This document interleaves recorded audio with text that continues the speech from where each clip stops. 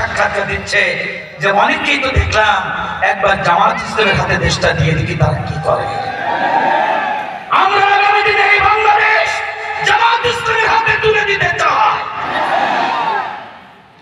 তাহলে এই দেশটি নিরাপদ থাকবে, অমুসলিমরা জামাত ইসলামের কাছে নিরাপদ থাকবে। আমরা জামাত ইসলামী বাংলাদেশ প্রতিষ্ঠা করতে চাই না, আমরা চাই সন্ত্রাস মুক্ত, বৈষম্যহীন, কল্যাণকর 18 কোটি মানুষের সার্বজনীন কল্যাণ রাষ্ট্র কায়েম করতে চাই।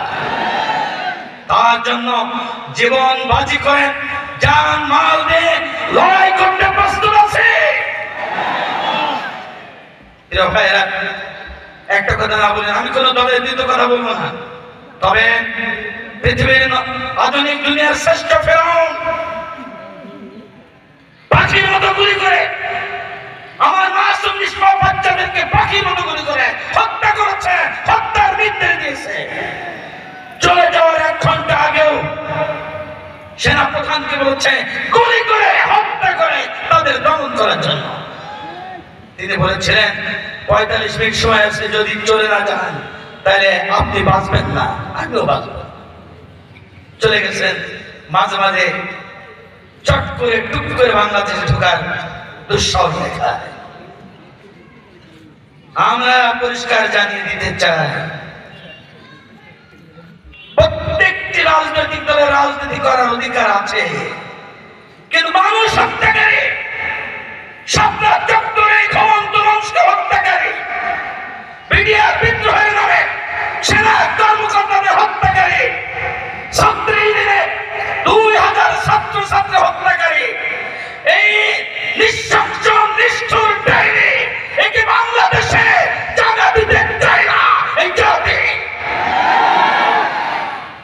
প্রয়োজনে আবু সাইদের মতো বুক চেয়ে দাঁড়িয়ে বাংলাদেশের সীমান্ত পাহারা দিব, তবে এই দুর্বৃত্ত থেকে বাংলাদেশকে রক্ষা করব ইনশাআল্লাহ।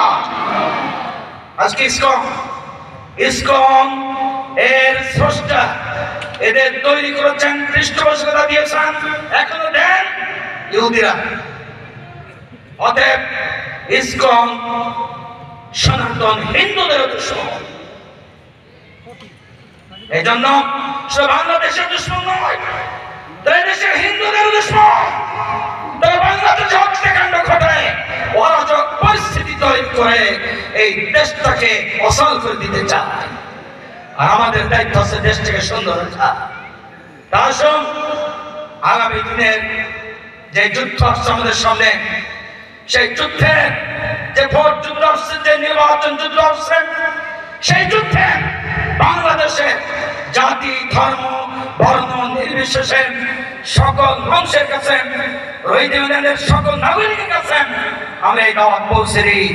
আমরা আমাদের স্রষ্টা তোমার হিন্দু সকল ধর্ম বর্ণের সকল মানুষের স্রষ্টা আল্লাহ, আসুন সে আল্লাহর আইনের ভিত্তিতে একটি কল্যাণ রাষ্ট্র কায়েম করি। এছাড়া আমাদের ভাগ্যের পরিবর্তনের আর কোনো দরজা খোলা নেই। এই দাওয়াত প্রত্যেকের বাড়ি বাড়ি পৌঁছায় দেওয়ার উদাত্ত আহ্বান জানাচ্ছি। পরিশেষে পর শেষ হাত তুলে করেন প্রত্যেকে আজ থেকে আগামী নির্বাচনের যুদ্ধ পর্যন্ত এবং মৃত্যুর আগ পর্যন্ত এই দাওয়াত মানুষের বাড়ি বাড়ি ঘরে ঘরে পৌঁছায় দিতে কারা কারা রাজি আছি হাত তুলে দেখাতে হবে।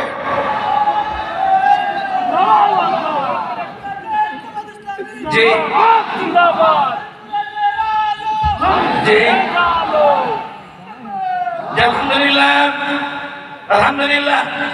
আসসালামু আলাইকুম ওয়া রাহমাতুল্লাহি ওয়া বারাকাতুহু।